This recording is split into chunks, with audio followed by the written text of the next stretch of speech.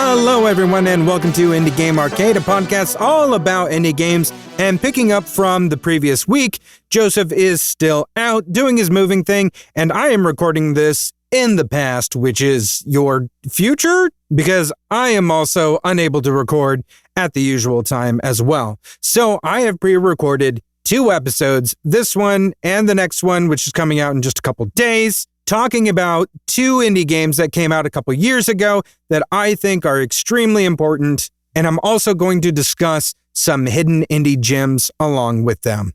My name is Chris. We're going to talk about Beholder in this episode of Indie Game Arcade. Game start! So, Beholder Conductor comes out on I think it's the 23rd, so it should be out by the time you're hearing this episode. But I wanted to make sure that we had an episode for you guys, so you're not going without hearing my annoying voice for a week. So here we go. I'm going to talk about Beholder. This was a game that was developed by Worm Lamp Games, published by Alawar Entertainment, released on November 9th, 2016. So for a quick description, and I'll get a lot more in depth on this, I promise. It's a dystopian strategy game where you assume the role of Carl Stein, a government-installed landlord in a totalitarian state, tasked with spying on tenants. You must navigate moral dilemmas, balancing obedience to the state with personal ethics. So if you remember me talking about Beholder Conductor when we did our Steam Next Fest episode, not too much different, and I did go into a little bit about Beholder there. The big difference is this is an apartment complex. Beholder Conductor, you can kind of tell from the name, it's on a train. And what I was really trying to hammer home when I was talking about that back in that episode was that Beholder has become kind of a series of games. So there's Beholder 2, which definitely moves on to a completely different format, not even close to like the original kind of gameplay of what this was. Just, same thematic elements with some differences. I would say that one's way more like Papers, Please than the original Beholder game. And then Beholder 3 goes a little bit kind of back towards the original Beholder. Beholder Conductor is really sort of a mishmash of both Beholder 1 and Beholder 2 to me in a certain sense, but far closer to this original game. So with all of that blabbering done, let me tell you about this game. First of all, this was it was being kickstarted back in, I think it was like 2015 or so, or I'm looking at it was done in they started kickstarting it in April of 2016, but it looks like the Kickstarter failed. But luckily it got made. This was inspired specifically from literary authors like George Orwell, Aldous Huxley, Ray Bradbury. You can kind of tell if you've played this game. This is very much in that vein of the Big Brother kind of story, with everything going on. And again, as I said, you are playing as Carl Stein, but it's not as simple as that. Carl has a family. He's got a wife, he's got 2 kids, and you are trying to keep them happy and healthy while you are acting as the landlord for this government, kind of sort of government instilled building. You're just the one in charge of this thing. So you, as the landlord, open up the rooms and then you are getting people to move in. However, because this is a, totalitarian state, very much like Orwell's 1984, you also are in charge of profiling everybody that moves into this place and reporting that back to the state and spying on them and seeing if they're doing anything secretive. Are they plotting against the government? Are they doing things that are illegal? So you're basically having to surveil, you're having to search, you're having to make reports. That's a lot of the big picture mechanics of what's going on. But like when you get into the nitty gritty, like the big driving factor of this thing is really the choices that you're making and the consequences as a result of the choices that you make. So let's talk about those mechanics in a little bit more detail. So you've moved some families into your home or into the apartment complex. There's a few different ways that you can sort of gather evidence on them or profile them. And you can send these profiles without like any consequence, really. This is just like getting to know these people, who they are, what they do, what their days are like. And you send that off to the government, the state, for information so that they have info on these people. So that's as easy as, you go and you can talk to them, learn some things about them. Or when they leave, you go into their apartments and you search through all their stuff. If you find anything of note, like you might open a drawer or something, there's a lot of different things and you hover over them, it might say a few different things, but anything of note, like the icon will appear like slightly differently and you can click on it and it will basically add a little blurb with that icon to like your information about them in like your personal inventory. You have like a personal little inventory of like every tenant and everything, like a tenant log, so to speak.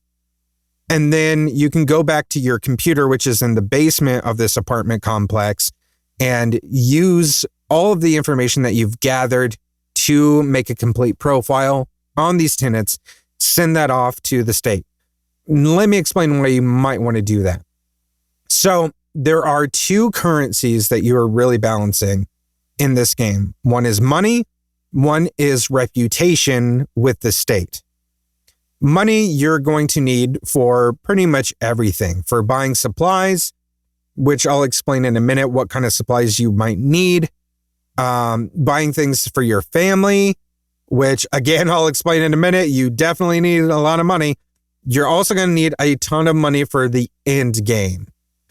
And then the reputation with the state. If that reputation reaches 0, you get arrested and it's game over.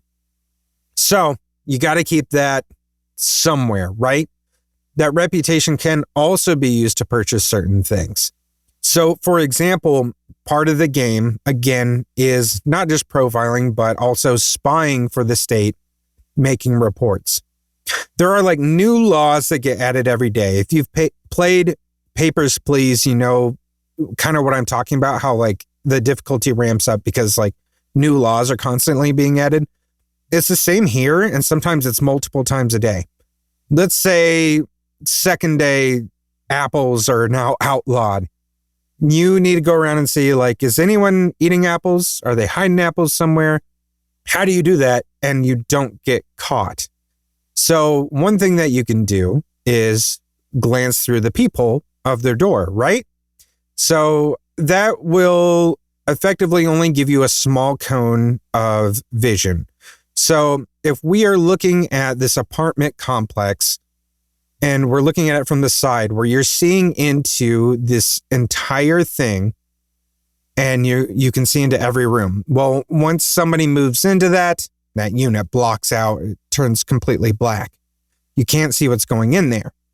So if you go up to the door and you peep through, you get like a small cone of light, basically, that is sort of your field of vision looking through there. So it's not much, but if someone's close to that door doing something, you might be able to see it.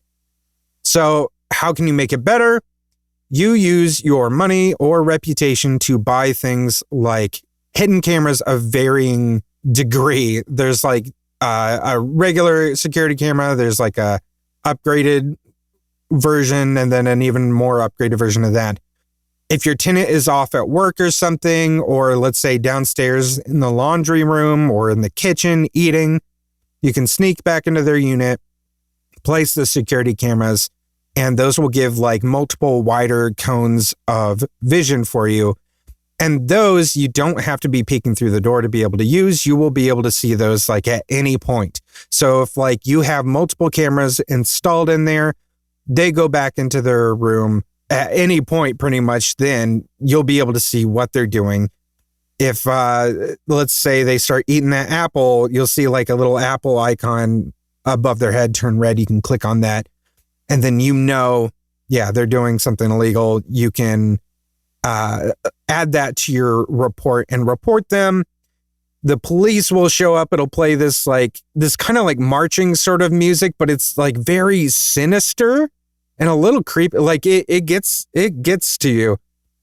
They'll come arrest them, and they won't just arrest them. They will manhandle that person. Like they will beat them down just right there, like to a pulp, and then drag them out of that apartment complex, and you will never see that person again. So it feels like overkill a little bit. So why would you want to do that? Well, I'll explain in a little bit. I promise. I'll explain in a bit. That is reporting.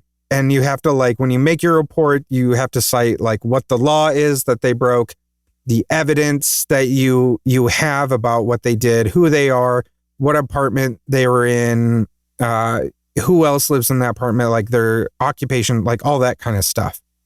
When you do that, you get more reputation, you get paid money. Those are things that you are going to need to be able to survive, do your job. And it can really suck because the majority of these people that move in, like some of them seem kind of shady. Some of them are just like honestly really nice people. Like you get quite a few like elderly couples or like elderly people that move in there, and you kind of like talk to them, you get to know them. And like at some point, because the laws become so just ridiculous, at some point, pretty much everybody is doing something illegal. And it's really up to you. Like, are you going to be that person? Are you going to ruin all these people's lives for money, for the reputation? I mean, maybe. I'm one of those people that like, I feel like I can't do that kind of stuff. Like, I can't even do like evil runs on games that let you do those things. Like, I've talked to Joseph about this, is like, we both tried to do evil runs during like Baldur's Gate 3. I couldn't complete it because I just feel so much guilt just playing a video game and trying to do like mean things. Like I feel terrible about it. And I don't know if that's like a state of just over empathy to a point where I empathize with characters that aren't real in a sense that it's just like, I don't know, too much, like overcompensating or something there for something else in my life. I don't know. But either way, like I don't like the feeling of it, which makes this game really tough at times. And weirdly, one of my favorite indie games of all time, but it might be because of that. Things will happen with your family. They need things. Let's say like your son gets sick and he needs medicine, and that medicine is very, very expensive. And also, what if that medicine is something that also becomes outlawed? And then you have like all these things of like, well, how do I save my son? Because if it's a case like that, there will be kind of like a countdown, almost like a timer of like so many days, which will translate in game to, you've got, let's say 42 in-game minutes till your son basically dies to procure his treatment, his medicine. And it'll give you different ways you could probably do it. But what are you going to do? Like, what lengths are you going to go to? There is like a merchant that comes at night, and he stands like outside the complex, named Nathan Huber, I believe. And he deals a lot with like contraband and stuff. If you can scrape up enough money, you might be able to buy, like, let's say if the medicine's illegal, you might be able to buy it from him. If you get caught with that medicine, though, like, what do you think's going to happen? Otherwise, let's say you find the medicine on one of your other tenants or something, and that's illegal. If you steal that medicine, they might find out. I mean, they're going to know that it was pretty much you because you're the only one with a key to their place, right? You can also blackmail. So you could take it, blackmail them, and get some money out of them in the process too, so that maybe they keep quiet. There's a lot of different things you could do. None of them feel great. There's also the idea that, let's say you don't have the money to buy it and you do need to buy it from this shady dealer, Nathan. What are you going to do to make money fast? What if the only way to make money really is to sell out some of your tenants? And what if what if like the tenants you have aren't breaking the laws? If you have something on your person at this moment that's contraband, do you go plant it on somebody and report them?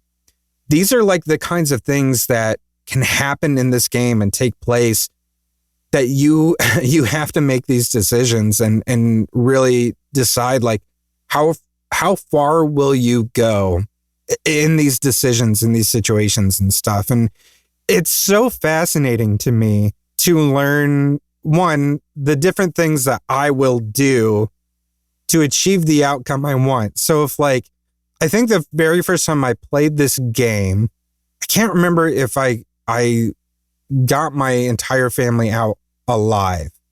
I don't believe I did. I know one run I did for sure. Hang on, though, that predicates that there is an end game, and there is, because I did hint at that earlier.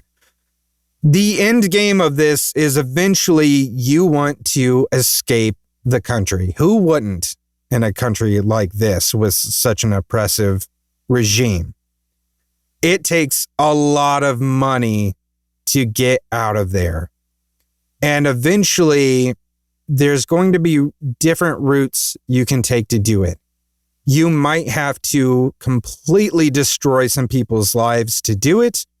You might have to really take some gambles to do it, and it might blow up in your face. You might have to trust some people that might not be good people, and that could very much be a risk. There's a lot of stuff that can happen. There's also the possibility you can't get your entire family out by the end, but you can save some. So who gets saved? It's got to be you, but who else? So who are you leaving behind? There's so much stuff to this game, which means there's a lot of different threads to pull on. There's a lot of narratives that can take place.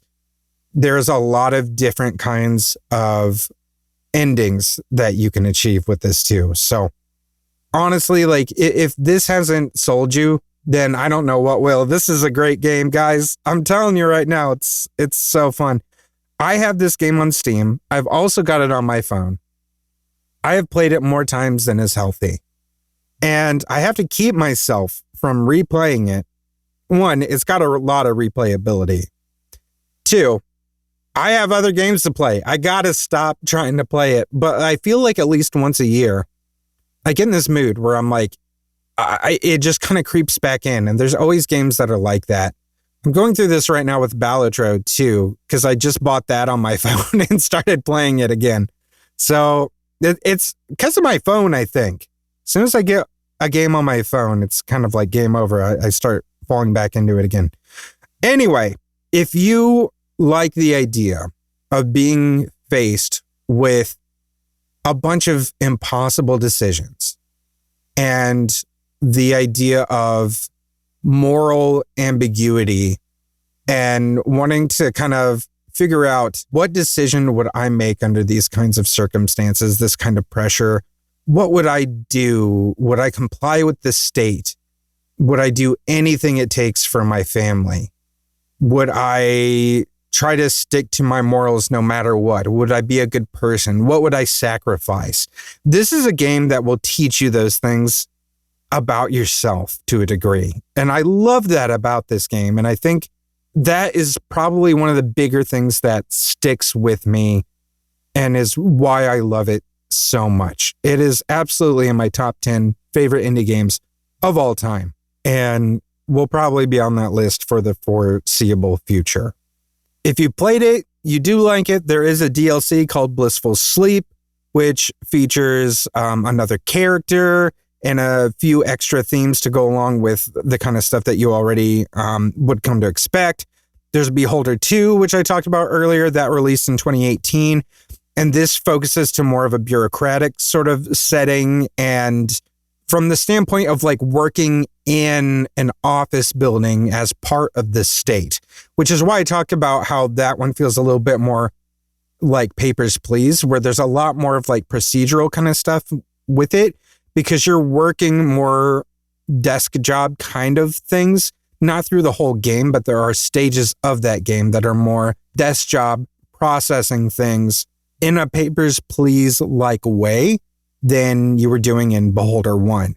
But there is also a lot of that moral stuff, like you have to or might get betrayed by coworkers. Beholder 3 is a little bit more of a return to form to the original. I haven't really played that one. I have not heard as many good things about it as I have the other two. So I can't really speak for myself on that one. But there it is. It's part of the series. And now Beholder Conductor, coming out April 23rd. So already out by the time you're hearing this.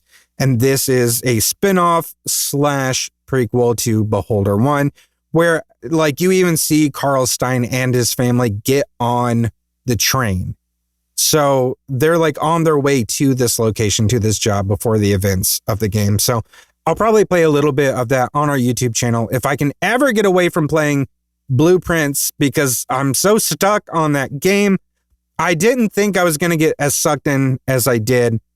And like, I can't put it down. I can't stop playing it. Somebody save me. Otherwise, I'm going to be playing Blueprints for the rest of my life unless I beat this thing. Somehow I've got to beat it.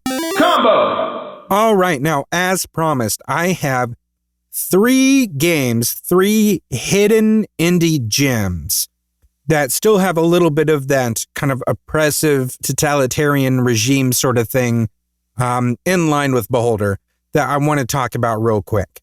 This will not go as long as the other one, I promise. But if you liked Beholder or it's piqued your interest and you're interested in seeing what other games are out there that are in a similar vein, I've got some for you. The first is called Orwell. Yes, literally, it is. Is it based on Orwell's works? Not specifically, but I mean, it's got that theme in mind, obviously. So this was developed by Osmotic Studios, published by Fellow Traveler.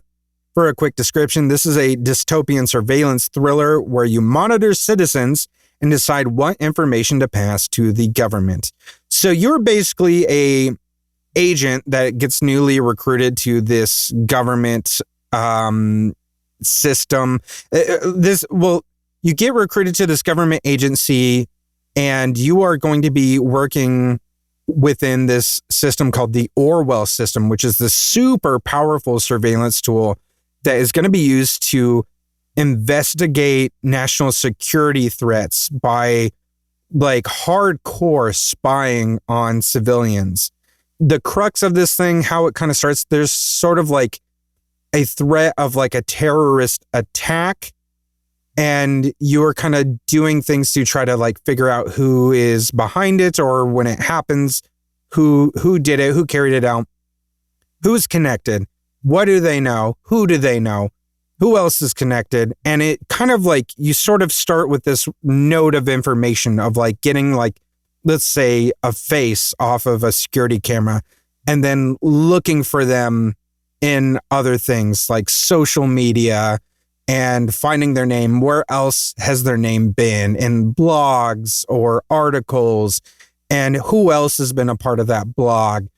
Who has been involved in the article they wrote? Who are their friends? Who did they go to school with? So it becomes this like spider web of things. It just keeps branching out, and you're finding more and more connections. And this sort of like culminates into a bit of a conspiracy, honestly, even though like you're taking on different kind of case files, but everything sort of becomes sort of interconnected in a way. As things go, you were still sort of being pressed with those ideas of like moral ambiguity. Like you think about this sort of stuff I was talking about with like the type of spying that you're doing, and it's like, how far is too far with what you're doing?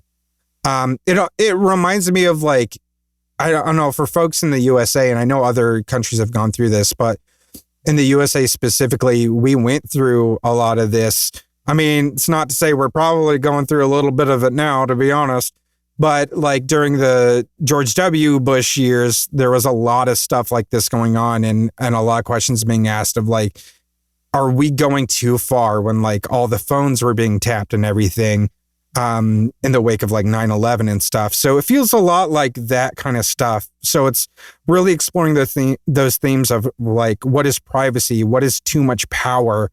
And then the idea also of misinformation. And like, you are the one that really is funneling the information to the government.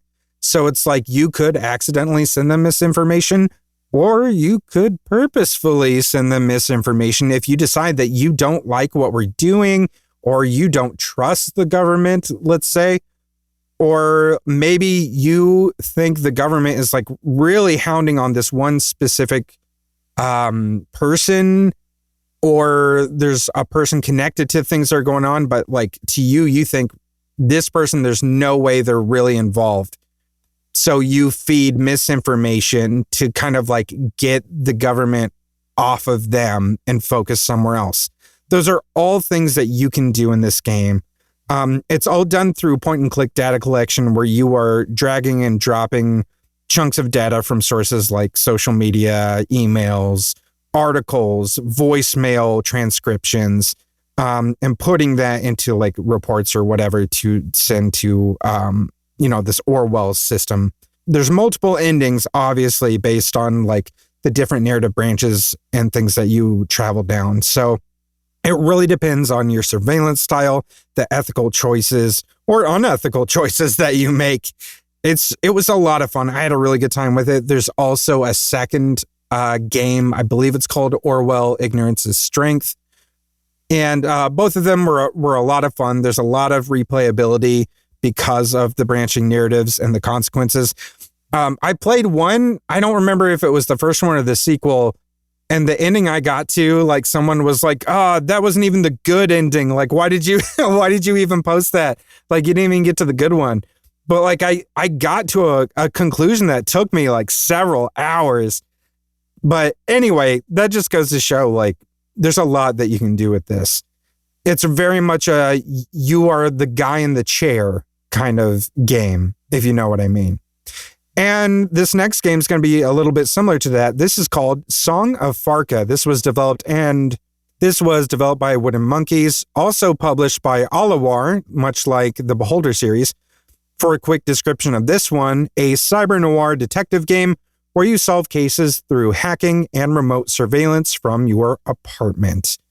You are playing as this young woman who's named Isabella Song. She is a PI who is on house arrest, and she is trying to continue her job as a PI while working remotely. She can't leave that apartment. This is kind of like a little bit of a cyberpunkish sort of thing, just, not like cyberpunk like the series Cyberpunk, but a little similar. Drones, lots of hacking, things like that. Lots of corruption in the city. So like, you will take on jobs, help people out, help people find other people, find items of theirs, maybe shake people down through a little bit of blackmail, stuff like that. Eventually, you will start to take on a case or cases that are a little bigger than yourselves. Maybe you're biting a little more than you can chew. But that kind of turns into, again, like any good story like this, into a wider story / possible conspiracy that tackles a lot of stuff like organized crime, digital identity, AI ethics, all those good things. That is very poignant at this point in time, for sure. And so the kinds of things that you're doing is you're sort of like Orwell, you're analyzing clues from multiple sources, like people's phones, online data like websites, blogs. You're hacking into security cameras, but you're also doing things like sending drones out to spy on people, to chase people down. Like, you will send a drone into like a building through, like, let's say a ventilation shaft or something, and you have to like hack different things in the building so that they can get through, so that they don't get caught by like the security system. There's a lot of different things. There's also a lot of like branching conversations, people that you talk to and meet. So there's a lot of decisions that you have to make, and those choices really, really do matter and impact not only the overall story, but each case that you're on. And though I would say the replay value on this is a little bit, I would say a little bit slimmer than the other games I'm talking about, the impact this story has because of, and like I only played it once, so I don't know if this specific event will happen every time, but something happened in this game that really shook me, and it just felt like the biggest punch to the gut. It made me feel sick, but like not in oh God, I can't believe this game did that. I hate that about this game. No, in just that it was an emotional gut punch. And because of that, this game really stuck with me in a way that it was more impactful than any of the other games on the episode that I'm talking about today. So Song of Farca, that is spelled Farca, if you need help spelling that. Very, very cool game if you were into that. Also, great soundtrack. So I would recommend it for that. All right, the last game I'm going to talk about, the last hidden gem here, is called The Church in the Darkness. This was developed by Paranoid Productions, published by a fellow traveler. For a quick description, this is a stealth action game set in a 1970s cult compound with procedurally changing narratives. This game differs a little bit from the other ones in which this is less of a repressive regime, but you're still within an oppressive setting because this all takes place in a cult compound. You're playing as this former military person who is trying to go get your nephew who's been missing and you suspect is somewhere within this compound called Freedom Town. So you're infiltrating and trying to track them down, get them out. The cult has two leaders, a married couple named Isaac and Rebecca Walker. And what's interesting about this is this game is actually a roguelite. So you're going to have like different runs and stuff depending on like if you fail or, if, you know, maybe you win, but you play again sometime and things will be a little bit different depending. So one of the things that changes is the walkers' motivations will change. So like their ideologies can shift from being like just complete religious fanatics to political stuff. Like that will have an effect on all the NPCs and stuff within the cult. So depending on how you are playing this, how stealthy you are, there might be like some people within that cult willing to help you, but they might also betray you, you know? So it's like things will depend on what the ideologies really are. This is like a top-down stealth gameplay kind of thing. So you're also like, for the most part, running, hiding in like behind buildings, making distractions so you can sneak by people. You can use non-lethal means of like knocking people out for like so many seconds or a minute or whatever. Honestly, you can also kill people through various ways. You can also play completely lethal in that way. You can get weapons, you can get guns. Obviously, you get a gun, that's going to make a lot of noise. So I usually try to go the stealthiest route using either just knockouts or something like knives, things of that nature, and hiding the bodies if I have to kill somebody. Because if you like leave the body out in the open and it gets seen, then they know you're there, or they know someone's there, and then they're going to be looking for you. You'll hear sirens, you'll hear the walkers will start going over the intercoms and they're telling everyone to be looking for you. You can also, it's possible to find disguises, which will work to some degree, but like it only works like from a certain range. Like if you get too close to certain folks, then they're going to see through that disguise. So like, it's just very interesting the amount of ways that you can play this game. There's also like the chance that like you get to your nephew. And like, I've had varying degrees of my nephew wanting to leave or my nephew being so radicalized that there's no way they want to leave and they would rather sell you out than leave. And it's like, what do you do then? One run, I like I think I took a rock or something. I like knocked my nephew out and like picked them up and was trying to like carry them out.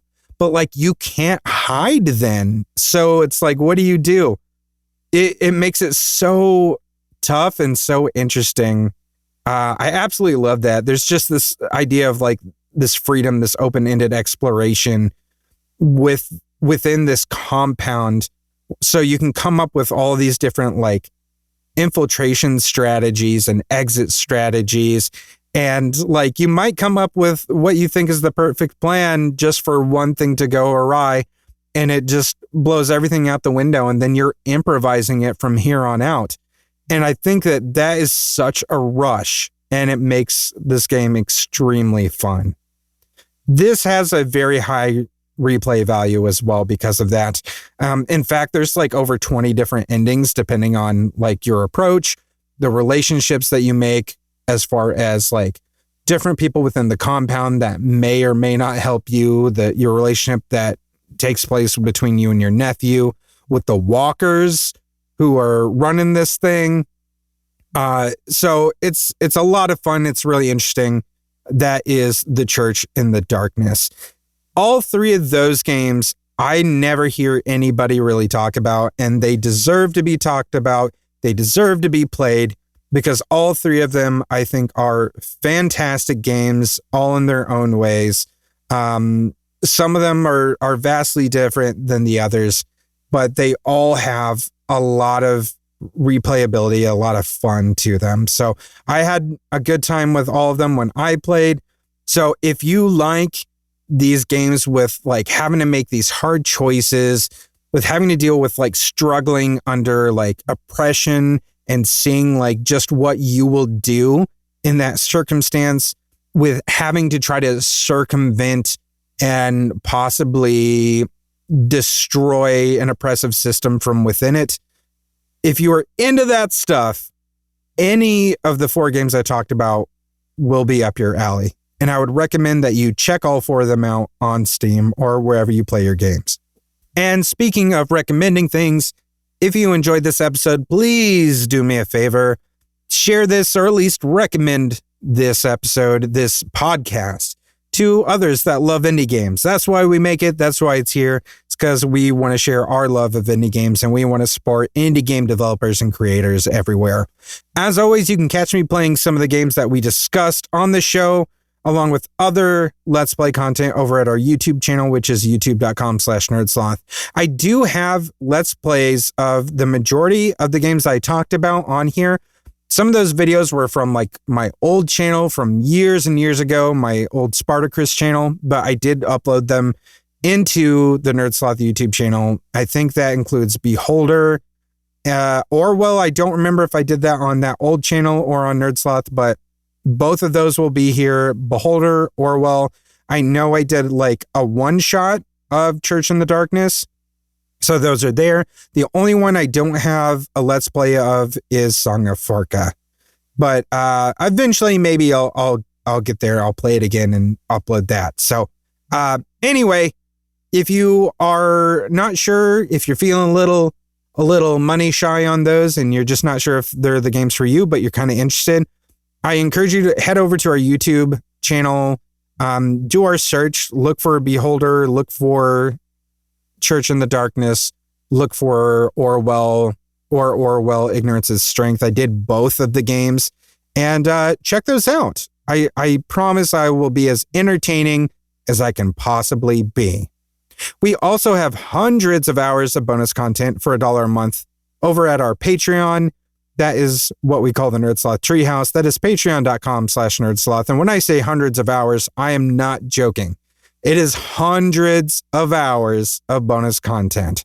Lots of podcasts, lots of videos, all kinds of good stuff for just $1 a month. We've also got our exclusive podcast there for those that feel like paying the $5 amount as well. That's called the Nerdsloth Podcast. We've had to put it on like paused for the last 2 weeks, mainly for my mental health and because Joseph is gearing up to move, which now he is moving. So after the next couple weeks, we'll be back to producing those episodes. And those are usually us being super, super goofy. And some of them are us just answering the silliest of questions together. And some of them are us using our creative brains, coming up with ideas, whether they're for creating TTRPG games or creating video games. We do a lot of that stuff because at Sloth Creative, we are also in the middle of making some games and stuff. So sometimes we do some of our brainstorming there, or just come up with completely new ideas that we will put on the shelf for years and years and maybe never touch. So if you want to steal some ideas, that might be a place to do it. At nerdsloth.com, which is our website, you can also find a link to our Discord server and our merch store. We have designs there now that you can choose from if you're interested in further supporting the show. You can also join our subreddit for Indie Game Arcade. Help me post some reviews of indie games so more folks can find games that suit their play style. So far, it's only been me posting, but I've posted quite a few. And honestly, if you want to post a review of an indie game, I welcome you to do so, especially if there are indie games that don't get talked about often enough. There's just a few rules there. Mainly just be nice and don't shit talk. Just post a real review, not a rant, and everything will be okie dokie. Game over. That's game over for me. My name's Chris, and I'll continue on the next episode. Continue.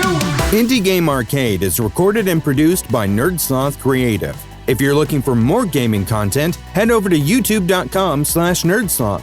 For additional podcasts, go to nerdsloth.com. If you'd like to support the show, there are multiple tiers available at patreon.com/nerdsloth, with hundreds of hours of bonus content from everything we do at Sloth Creative, including bonus gameplay videos of the games we talk about on the show. The theme music for the show is Retro Game Tapes by Audio Lime. If you'd like to get in touch with us, or if you're an indie game developer and would like us to consider reviewing your game, send us an email to podcasts@nerdsloth.com with the subject line Indie Game Arcade.